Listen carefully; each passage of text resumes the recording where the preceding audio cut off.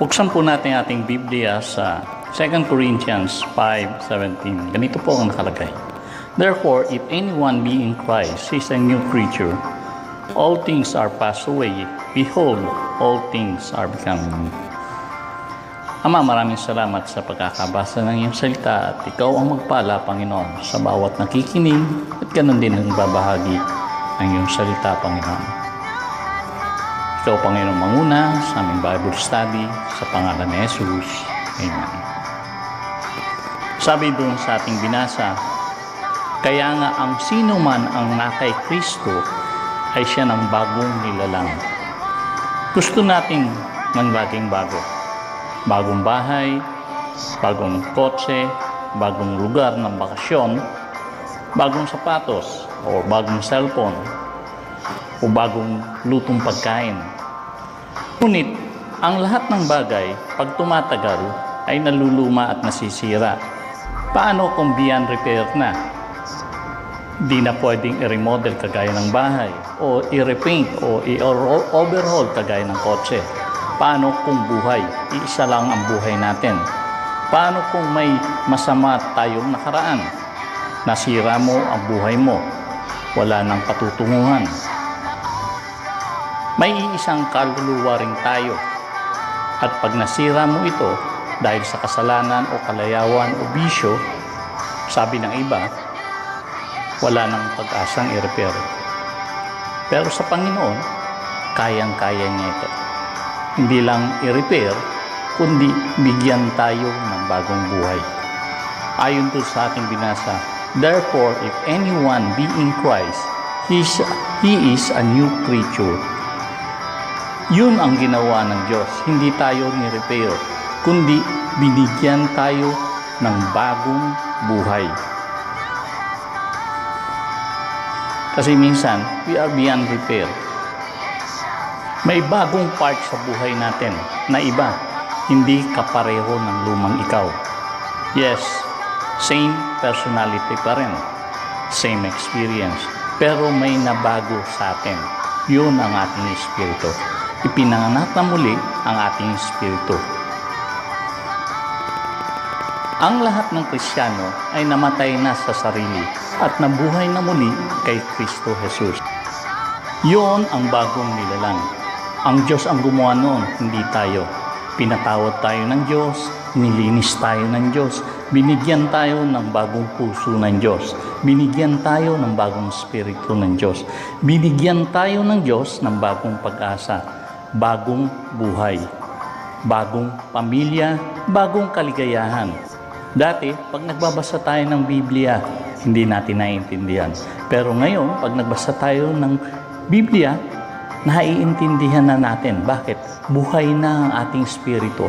And every time, aware tayo sa presensya ng Diyos. And pag gumagawa tayo ng kasalanan, meron ng conviction sa puso natin na mali yung ginagawa natin. Ibig sabihin, yung dating gusto nating gawin, ayaw na, hindi tayo nag-i-enjoy doon. Yung dating kasalanan na ginagawa natin, hindi na tayo nag-i-enjoy doon. Kaya nga sabi sa Biblia, all things are passed away. Yung mga dati nating ginagawa, hindi na tayo nag-i-enjoy. Dahil binigyan tayo ng Diyos ng bagong espiritu.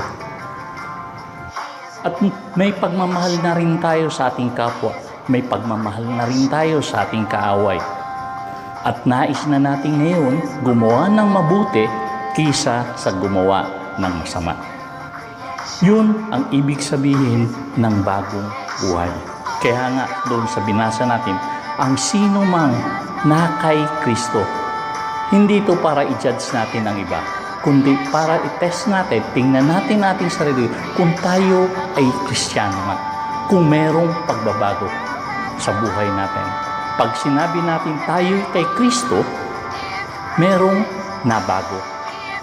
Hindi pwedeng wala. Kasi kung tayo sinasabi natin tayo kay Kristo o nakaalam tayo tungkol sa Diyos, pero hindi nabago ang buhay natin, nadagdagan na ang kaalaman natin, ibig sabihin, ang natagpuan lang natin religion, pero hindi ang ating Panginoong Hesus.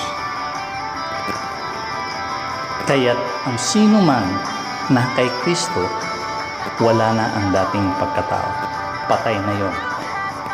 Pinalitan na ng Diyos ng bagong buhay kay Kristo.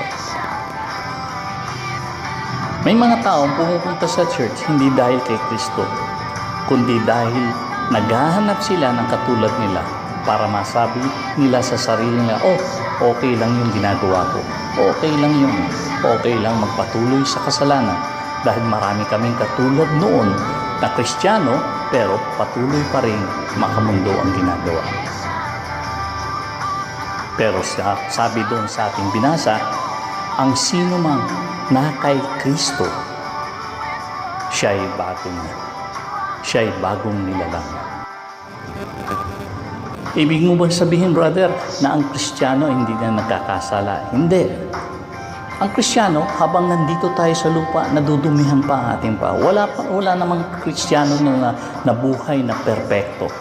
Pero kung tayo nagkakasala, merong conviction ng Holy Spirit sa puso natin at nagre-repent agad tayo sa Panginoon. Nagkakasala tayo, pero hindi tayo nabubuhay sa kasalanan. Magkaiba yun. Pwede ang isang tao nagkakasala, pero hindi nabubuhay sa kasalanan. Sabi ng Panginoon, habang tayo narito sa lupa, nadudumihan pa ang ating paa. Dahil nandito tayo sa makasalanang sanlibutan. Kaya kailangan nating maghugas araw-araw. Sabi nga sa Biblia, if we confess our sins, He is faithful and just to forgive our sins.